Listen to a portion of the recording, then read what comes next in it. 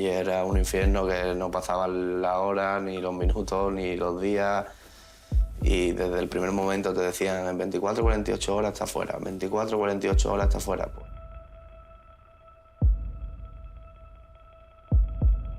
Yo estaba en un infierno, nosotros estábamos ahí en un infierno. Yo lo que quería era terminar. Y cuando cada vez que pasaban los días, la esperanza iba a menos. Porque había una cosa dentro de mí, dentro de nosotros que...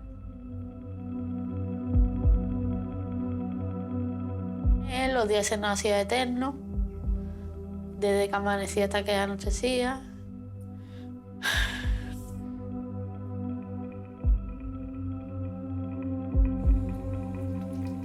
Siempre intentábamos hacer caso a la gente y intentar no perder la esperanza era lo que te mantenía un poco con algo de fuerza, pero sabíamos que conforme iban pasando los días, pues...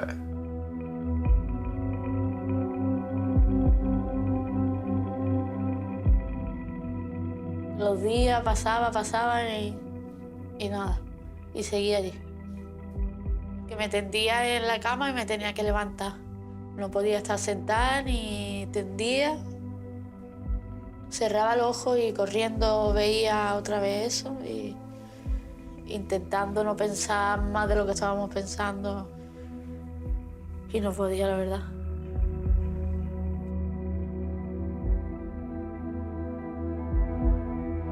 Un infierno, pues... Un infierno desde el primer momento porque...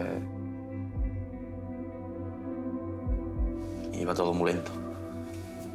Y para nosotros más lento todavía.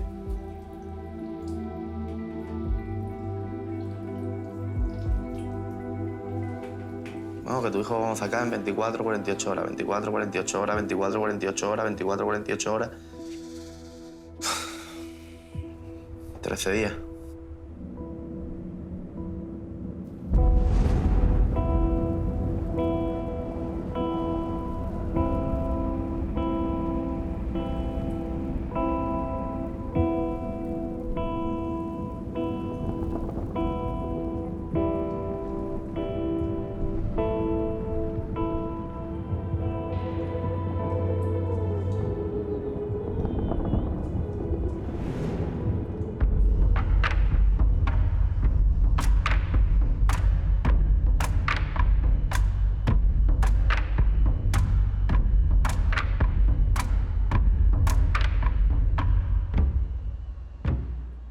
Los primeros días, el reto era sacar a Julen por el propio pozo donde cayó.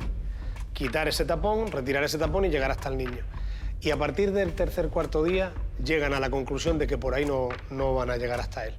Es imposible. Está a tal profundidad, esos 72 metros, que la manguera se atasca, que hay problemas constantes, todas las máquinas se averían y se dan cuenta que por ahí no va a seguir. La intervención real de bomberos es en los primeros momentos, en las primeras horas, cuando nosotros creemos que podemos tener la capacidad de hacer algo. Y en el momento que decimos no podemos hacer nada más, entra ese aspecto de la intervención que es ya casi obra civil. Yo recibo la noticia el día siguiente que se cae Julen al pozo. Y mi reacción fue inmediatamente pues subir a Totalán, avisar a mis compañeros de Málaga, a los ingenieros de caminos de Málaga, pues para que viniesen conmigo a trabajar, a estudiar el problema y ayudar, en definitiva, ¿no? Una vez que llegamos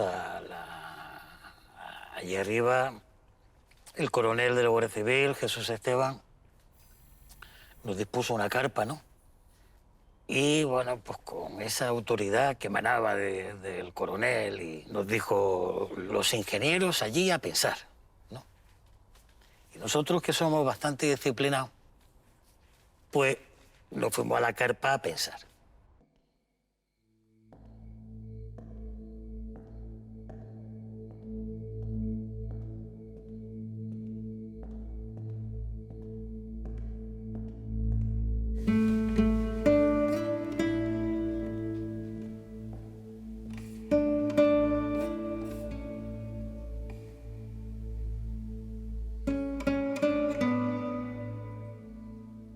vas haciendo esquemas, vas haciendo algún dibujo de cómo puedes, pues para, en fin, acompañar tu propio pensamiento a una escala lógica, ¿no? A una escala de trabajo y poder sacar conclusiones, ¿no?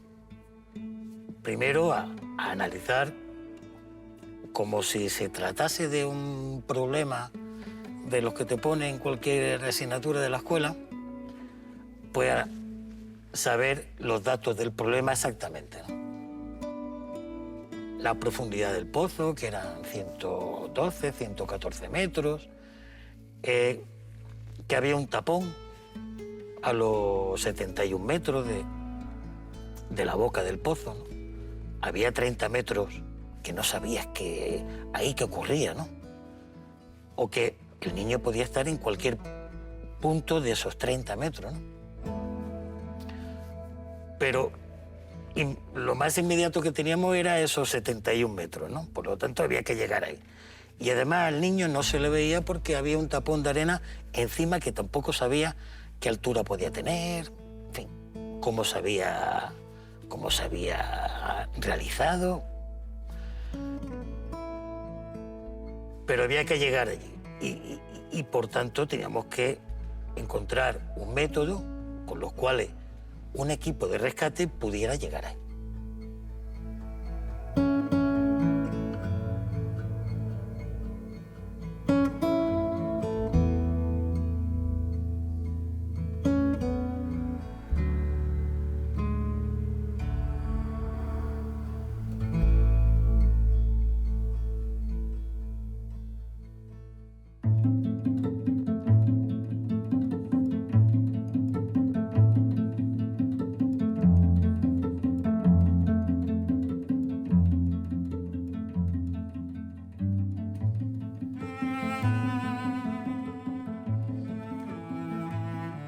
Al principio estuvimos allí, en el mismo sitio, un poquito apartado, después bajamos un poco y ya después una señora que tenía una casa allí lo más cercana posible para que nosotros pudiéramos tener más acceso a información y nos cedió una casa, agradecido, y allí estuvimos hasta el último día. Había un momento que es que te digo, es que miraba las noticias porque era una manera de enterarme, porque no siempre tenía acceso a la información que nosotros o nos llegaba tarde o no nos daban. Me enteraba por la prensa. Es que no nos decían nada. La verdad.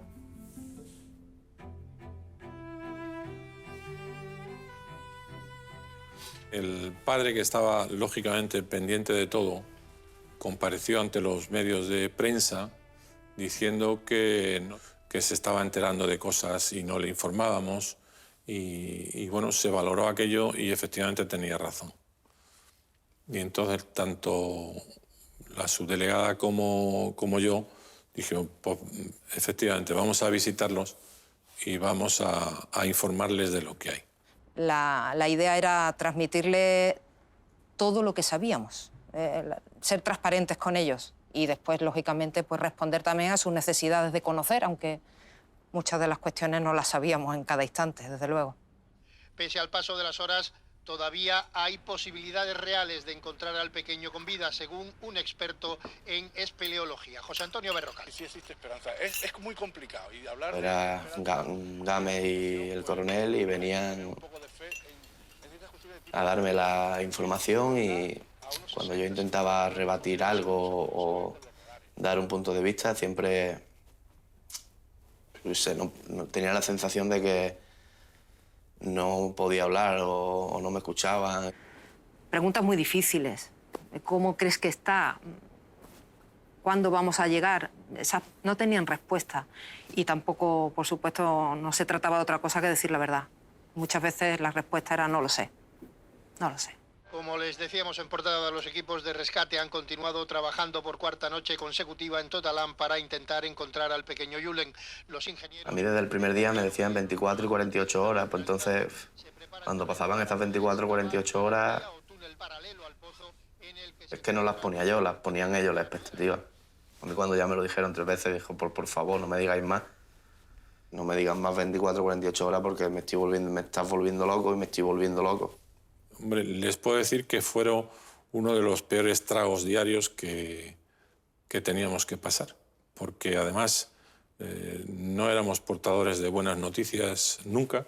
Siempre era, bueno, pues que 24 horas, que nos hemos encontrado piedra, que se retrasa otras 48 horas, y esto era muy delicado y muy desagradable, porque además teníamos la buena intención o la sana intención de no engañarles. Entonces era realmente difícil decirles verdad y a la vez tratar de animarlos. A esta hora repasamos la actualidad de Málaga centrada un día más en Totalán, donde siguen las tareas para el rescate del pequeño Julen. El niño está a unos 60 o 70 metros de profundidad, según se ha podido saber por los radares. Los equipos de rescate han trabajado por cuarta noche consecutiva para encontrar al pequeño Julen. Los ingenieros detallan los trabajos que se están realizando mediante el portavoz Ángel Lázaro, del Colegio de Ingenieros de Málaga.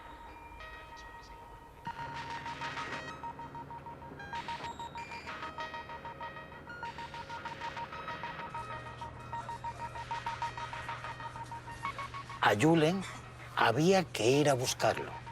No era solamente facilitarle una evacuación, pero había que llegar allí. Y por tanto teníamos que encontrar un método con los cuales un equipo de rescate pudiera llegar ahí.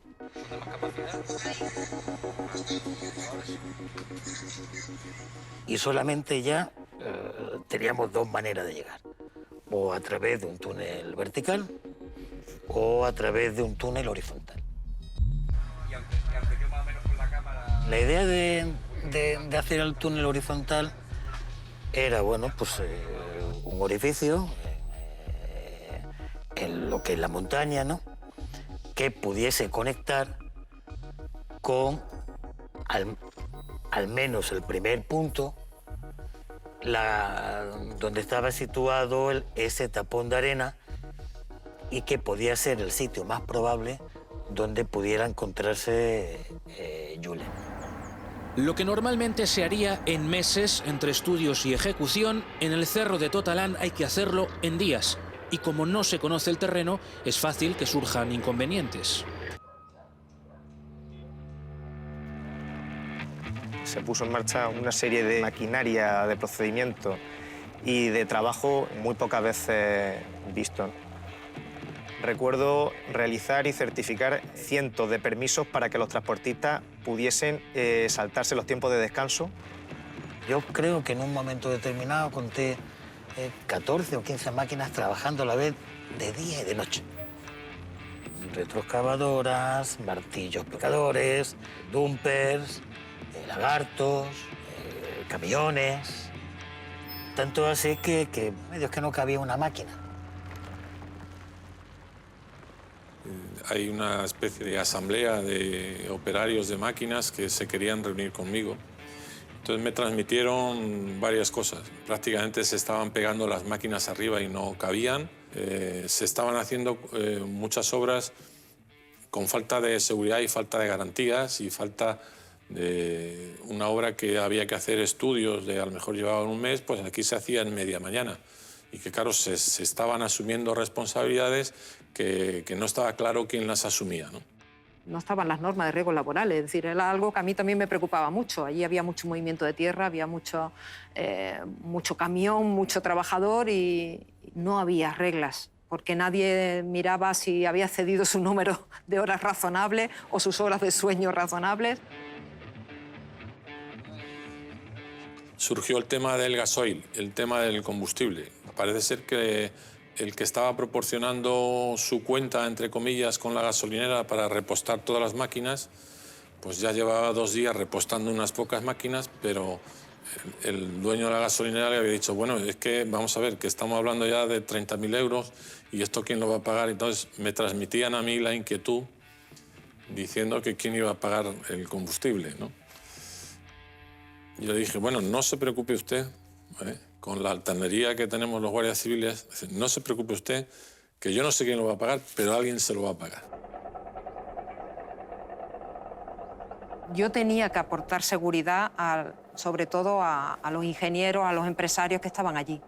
que decían, bueno, aquí hay responsabilidades, puede ocurrir algo, puede haber un accidente, un problema de riesgos laborales, y en determinado momento, si esto se alarga, empezamos a hacernos preguntas, ¿no? Todas estas cuestiones desembocaron en una decisión que asumió la subdelegada del Gobierno y convocó una reunión en su delegación. Sabía que tenía que salir adelante y que teníamos que buscar una solución técnica, la que fuera, también muy sui generis, porque yo creo que eso no responde formalmente a ningún procedimiento administrativo, pero bueno, conseguimos un documento que les dio tranquilidad a los que estaban allí trabajando. De esa reunión salió un nombramiento como director de la obra civil Antonio Nieto, y que se haría una línea de financiación a través de la Junta de Andalucía. Yo vengo del mundo de las carreteras y es bastante normal que cuando tienes cualquier acontecimiento, unas lluvias temporales, pues se organiza un expediente de emergencia, y en ese contexto yo se lo sugerí al delegado del Gobierno y se montó una obra de emergencia, un expediente de obra de emergencia, y a mí me nombraron director de todas las actuaciones de ingeniería de ese expediente administrativo. Las administraciones, cuando hay algo tan importante como la vida de un crío por medio y la del dolor de unos padres, fueron capaces de saltarse todas las reglas. Y eso, bueno, puede parecer extraño, pero la situación lo requería.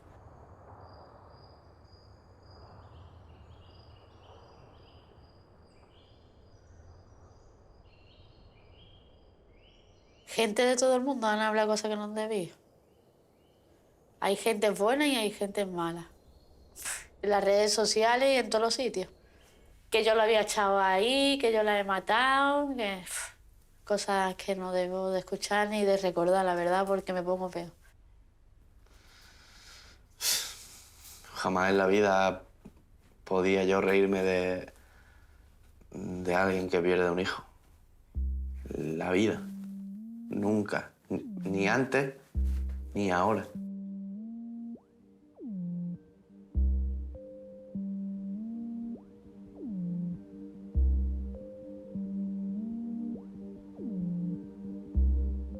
Uno lo lee y piensa, es imposible meterte en la piel de un padre que está viviendo esa situación y está leyendo eso. Entonces, claro, a mí sinceramente me pareció indignante, y no sé si llamarlos chistes, porque no, me parece que un chiste hace gracia, esto no hace ninguna gracia.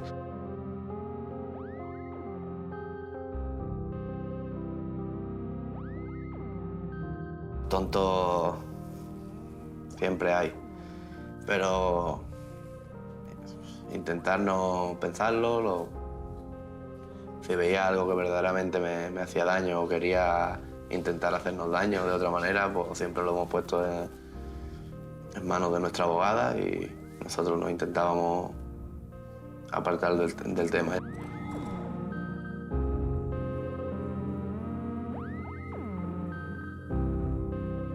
Al final aquí el límite entre la libertad de expresión, la libertad creativa, que es un poco lo que invocó él en su declaración dijo que era, bueno, pues humor negro, que no quería causar ese mal a la familia o ese pesar a la familia, y que de algún modo no se escribieron, no publicó esos tweets pensando que lo iban a leer los familiares. Si lo escribes en tu casa y lo pones en un folio, vale, pero si lo escribes en una red social, yo creo que es una ingenuidad, ¿no? Pensar que no va a acabar llegando al destinatario. Entonces, bueno, en eso está, no seré yo quien lo juzgue, pero sí lo va a juzgar el Supremo.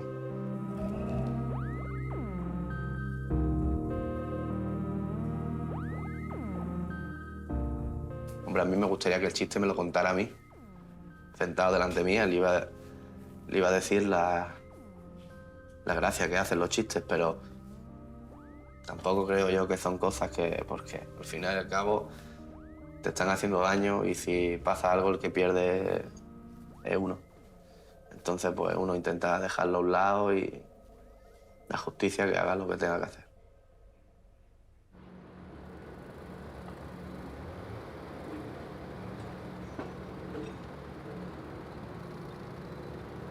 habíamos previsto la ejecución de una galería horizontal, la cual está presentando dificultades técnicas, fundamentalmente por la inestabilidad del terreno y por su dureza.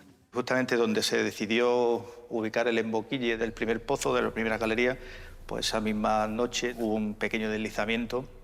Entonces, por seguridad, se paralizaron esos trabajos. Decíamos a modo de broma que es que la montaña estaba maldita, ¿no? Es decir, casi muere un trabajador por desprendimiento de tierra. Precisamente por esa inestabilidad que se han encontrado en el terreno y esos derrumbes, los expertos han tenido que cancelar y descartar el plan inicial que habían construido el domingo. Era construir una galería horizontal con unos 15 grados de inclinación. Se ha comprobado que el terreno es muy blando y han tenido que volver al inicio. Pues vamos a hacer la galería vertical, para lo cual previamente tenemos que realizar una plataforma de trabajo que en nuestra vida habíamos tenido que hacer un túnel vertical, una perforación vertical para llegar a un niño, en la vida de los que estábamos allí. Tenemos que hacer una perforación para albergar una tubería metálica que a través de ese tubo podían bajar 2 personas para hacer la conexión hacia el punto donde estaba el niño. Teníamos que encontrar una perforadora que pudiera bajar hasta esa profundidad, ¿no?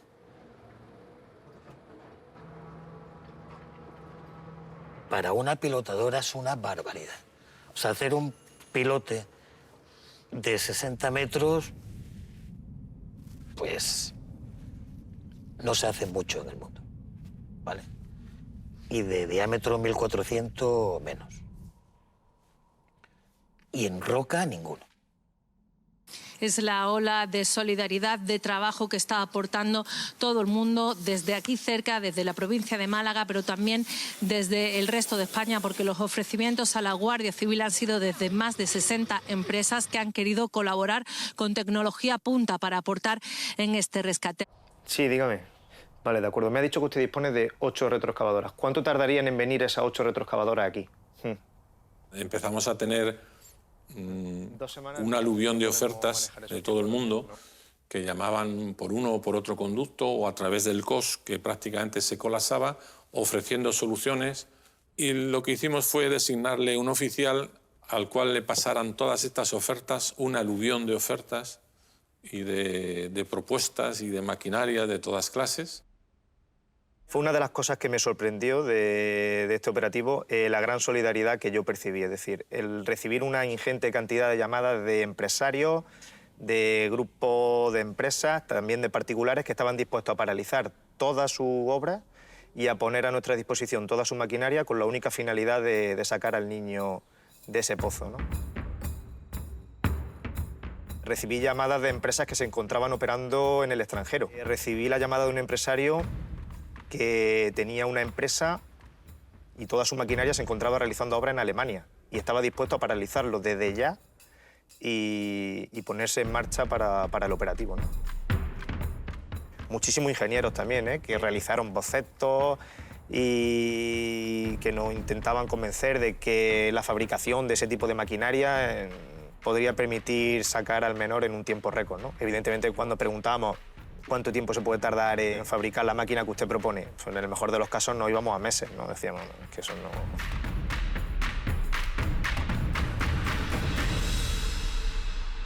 Había muchos voluntarios que había que obviarlo porque se les ocurrían barbaridades a la gente y tenía que decir, bueno, el hombre imagino que lo hace o lo dice con intención, pero había algunas que decían, pero bueno, estáis pensando... Bueno, en los dibujos animados salen ideas menos estúpidas que estas, ¿no? Pero... Se presentó un enano que trabajaba en un circo, ¿no? Se presentó con un documento en el que nos exoneraba de toda responsabilidad y estaba dispuesto a introducirse en aquel pozo e intentar sacar al niño, y no paraba de comunicarnos que no le importaba para nada, ¿no?, lo que le ocurriese a él, ¿no? Eso, cogemos unos topillos y le y le prendemos fuego al topo y el topo por el fuego va a ir excavando más rápido que las máquinas. Sí, me gusta el fuego. Muchas gracias por su colaboración. Correos de ese tipo, muchísimos, pero bueno. Bueno, también vino una persona con un mono, pues para que se pudiese deslizar y bajar el mono, pero ni tan siquiera cabía el mono. Mire usted que se va a quedar usted sin mono, que son 70 metros, ¿no? O sea, a ver después cómo sube el mono, ¿no? Y cuando llegue el mono abajo, ¿qué hace? ¿Qué le decimos, no? Oye, mira, mono, excava... O sea... En fin. Se presentaron una mujer y una madre allí, en el lugar de los hechos, digamos, y afirmaban ser una especie de medium o vidente y decían que podían establecer contacto con el niño, ¿no? Con el espíritu del niño, y podían posteriormente comunicarle a los padres lo que el niño quería y decía, ¿no?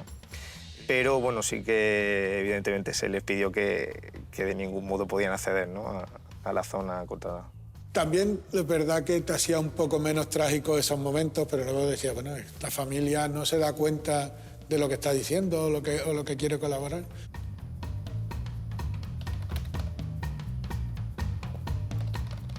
Ha sido la primera situación en mi carrera profesional en la que no sabía cómo salir de ella, es decir, no encontraba ningún tipo de solución para lo que estaba ocurriendo allí, ni se preveía ninguna tampoco a corto plazo, ¿no?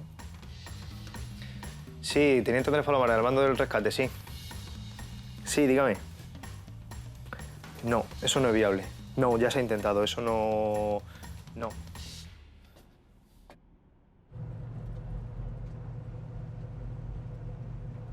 Me llama Ángel García Vital para solicitarme la disposición de una máquina perforadora de gran alcance para un pozo de rescate.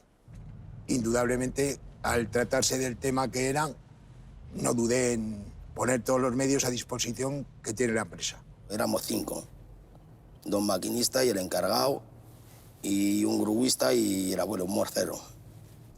O nada, pensar poca cosa. Llegar allí y hacer lo que se pueda.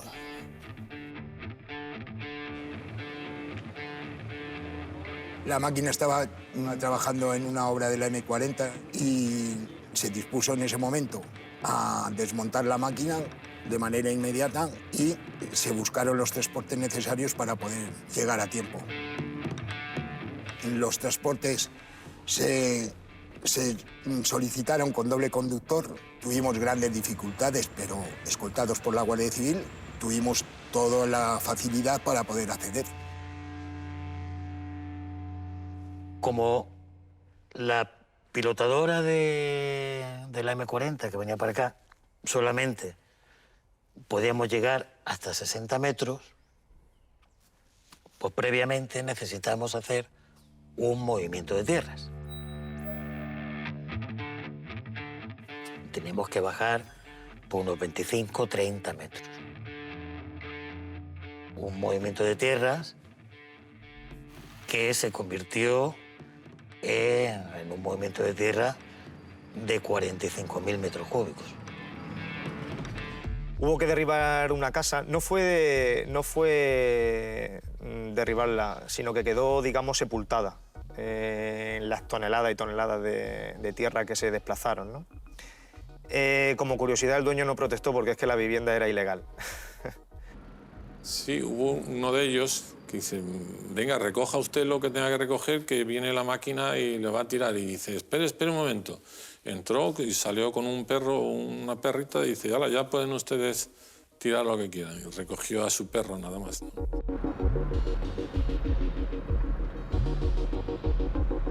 Necesitaban una máquina para perforar y llegó como una reliquia. La Guardia Civil les había acompañado por toda la carretera y cuando llega al camino la máquina no puede subir. El camino ya lo habían acomodado para el resto de máquinas, pero es que era tan grande y pesaba no sé cuántas toneladas que no podía subir. Se quedó abajo, volvieron a hacer el camino hasta que consiguió llegar. La máquina entró, pero fue remolcada por un bulldozer de los que teníamos trabajando haciendo el movimiento de tierra, porque era imposible que subiera, imposible. Todo el viernes prácticamente se empleó en subir la tuneladora hasta arriba. La sensación que teníamos allí era de que todo lo que podía salir mal, salía mal.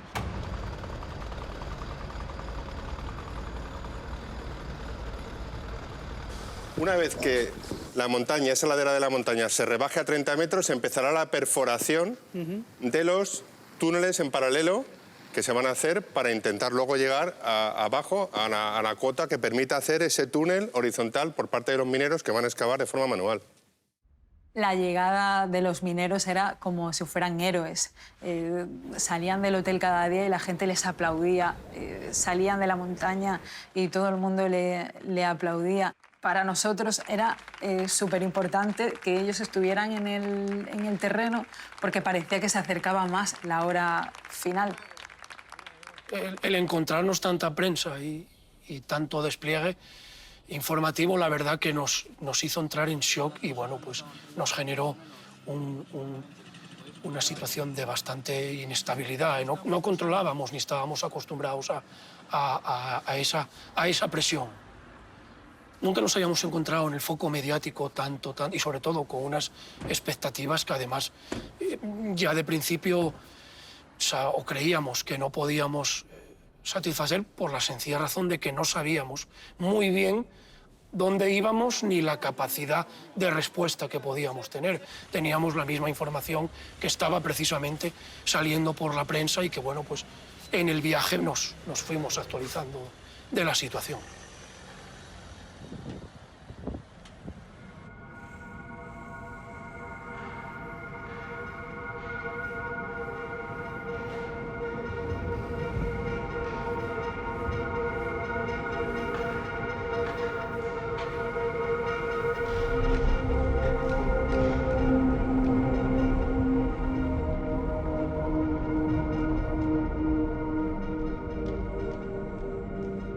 Había que llegar hasta Julen.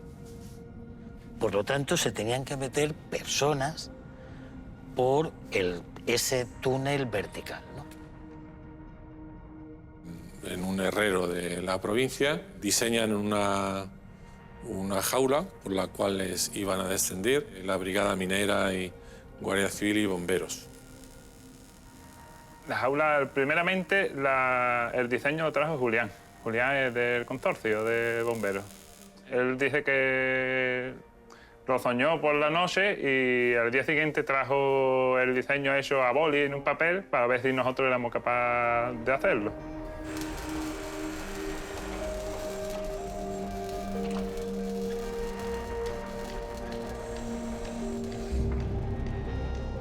La jaula iba a ser redonda, pero al final tuvimos que, al romperse la máquina, tuvimos que coger y hacerla hexagonal, porque era la forma más rápida y fácil de poder continuar con el trabajo.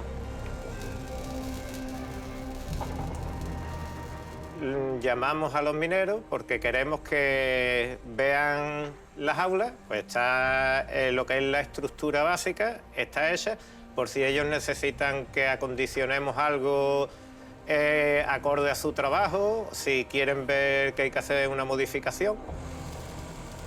Bueno, te encuentras con un taller, te encuentras con una primera infraestructura. Dijimos que no tenía ningún sentido. Nosotros necesitábamos que uno de los bordes fuera liso para poder acceder y trabajar. Si había un problema que se bloqueara, solicitamos y pedimos que se colocaran 2 escalas, que lógicamente no estaba.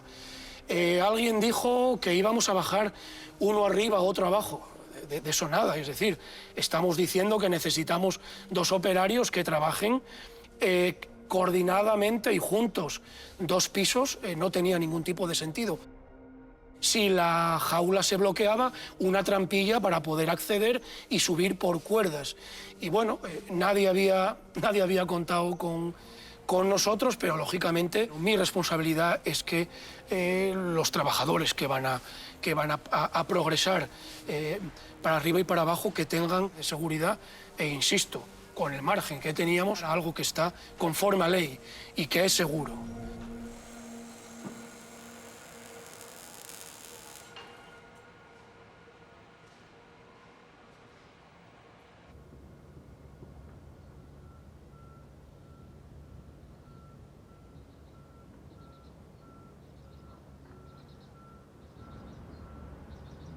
El sábado es cuando damos por finalizado el movimiento de tierras y empezamos a hacer el túnel separados 3,50 metros entre el pozo donde se cayó Julen y el eje del túnel vertical que nosotros estábamos haciendo. La perforación, lógicamente, estaba muy cerca del sondeo donde estaba el niño. Entonces, nosotros teníamos que tener toda la precaución suficiente para no meternos en el agujero del niño, para no desviarnos, puesto que estábamos muy cerquita del sondeo. Tenías que ir con un cuidado enorme y, a su vez, no hacer ningún tipo de movimiento brusco para no transmitir esa vibración al sondeo. Todo el mundo estaba pendiente de la perforación nuestra, de ahí dependía el que pudieran acceder el resto. El objetivo era que nosotros acabáramos lo antes posible. Yo lo que hacía es perforar, meter barrena, perforar, venga, sube, pam, descarga, vuelve a meter y venga, pam, pam, 12 horas. Luego venía otro compañero, 12 horas, 24 horas hemos estado trabajando, día y noche. Allí se hacía lo mínimo para que siguiese funcionando, o sea, sin parar. Pero ante la dureza tan extrema que nos encontrábamos, ahí no había otra que seguir poco a poco, perforando. Apretar. Eso no pensabas en la máquina, a ver si se va a romper ni nada, más que para hacer el pilote. Estamos ahí atentos para hacer rescate y ya está. No estamos pensando en la máquina. El niño estaba como mínimo a 71 metros de profundidad. Había que llegar hasta él. Lo que sí era admirable es la capacidad el compromiso que tenían con el trabajo por la cantidad de horas que estuvieron echando. La gente tenía la voluntad de no querer ir a dormir ni a descansar, porque lo que querían era cumplir el objetivo. Fue duro.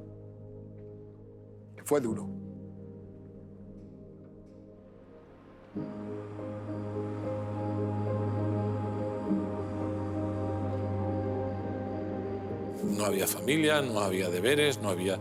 Yo pues firmaba deprisa y corriendo a primera hora de la mañana lo que me dejaban imprescindible que tenía que firmar yo para ir corriendo allí, ¿no? Hasta muy altas horas de la madrugada en que iba a dormir 2 horas. No era una obsesión, pero era como si estuvieras dentro del pozo, lo decíamos así coloquialmente, ¿no? Y que nos costó salir del pozo, ¿no?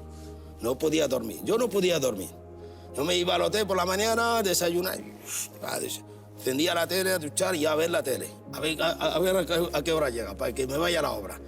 Lo que quería estar en la obra. Ahí, a perforar, venga, lo que haga falta, echar una mano.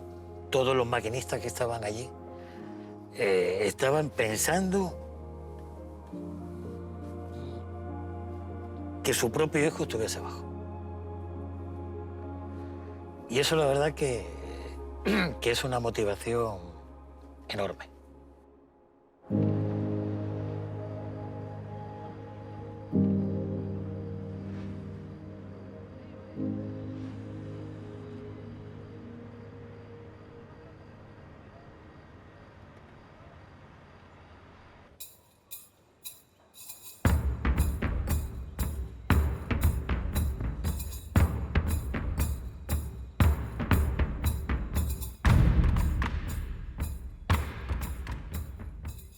Antonio Molina es un personaje de los más populares que tiene Totalán.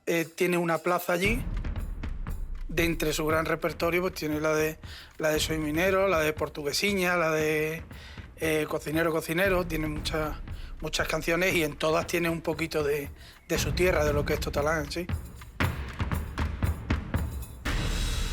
Totalán se está haciendo famoso, está convirtiendo en símbolo del pueblo el camaleón, porque hay algo que explica también en parte el rescate, que es que al ser una tierra tan dura, tan poco fértil, se está dejando de cultivar allí y eso hace que no sea fértil, pero al mismo tiempo esté menos contaminada, no tiene menos fertilizantes y se ha convertido en una especie de colonia del camaleón. Y digo que es símbolo del pueblo, pero que también simboliza lo complejo del rescate. En cualquier otro contexto, ¿no? Esa perforadora hubiera tardado muy poco tiempo en llegar a los 70 metros. Sin embargo, la dureza del terreno, el tipo de roca, de los diferentes estratos dentro del propio pozo, lo convirtieron aquello en una lucha titánica.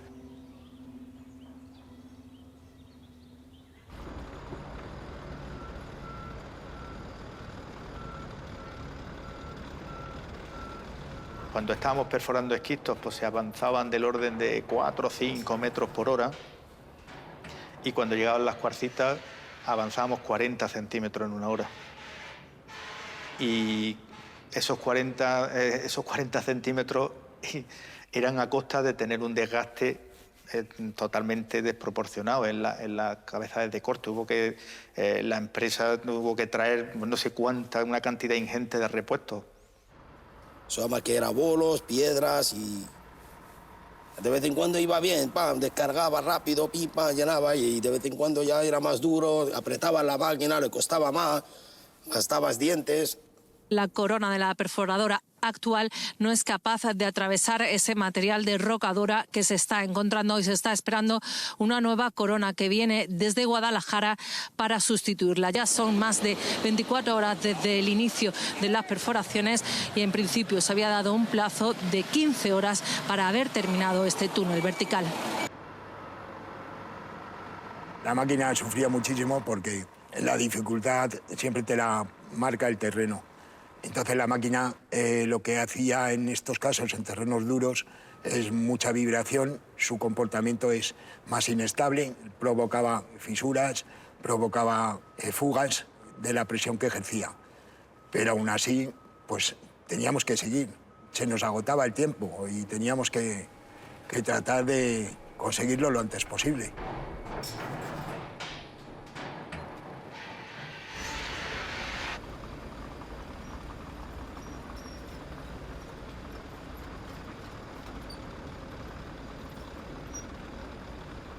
El ruido era impresionante, retumbaba a kilómetros. Si sonaban las máquinas, era que se estaba avanzando. Y si paraba, era que algo se había roto.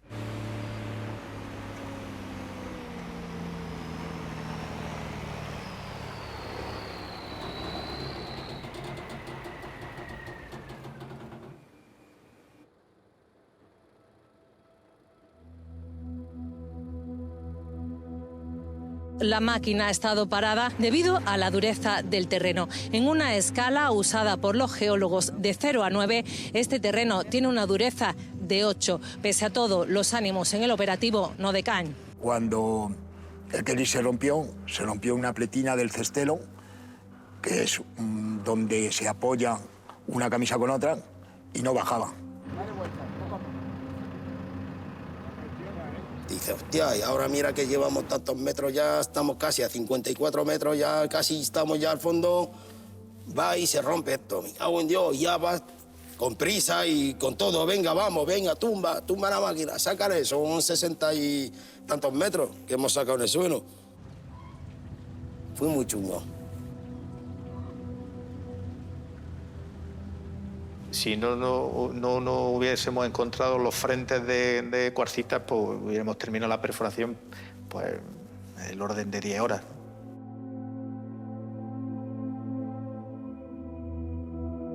Desde fuera era terrible, porque la sensación era ¿cuándo van a venir con una buena noticia? Es decir, ¿esto qué es?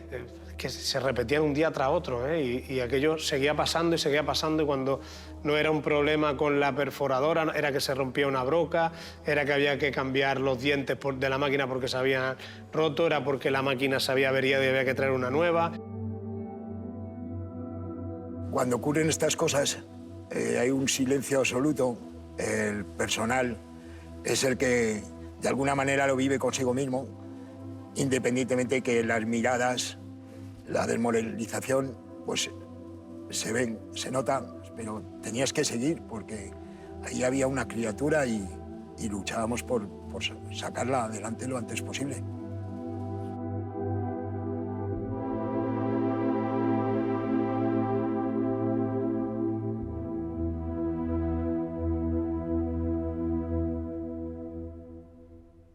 Los retrasos minaban mucho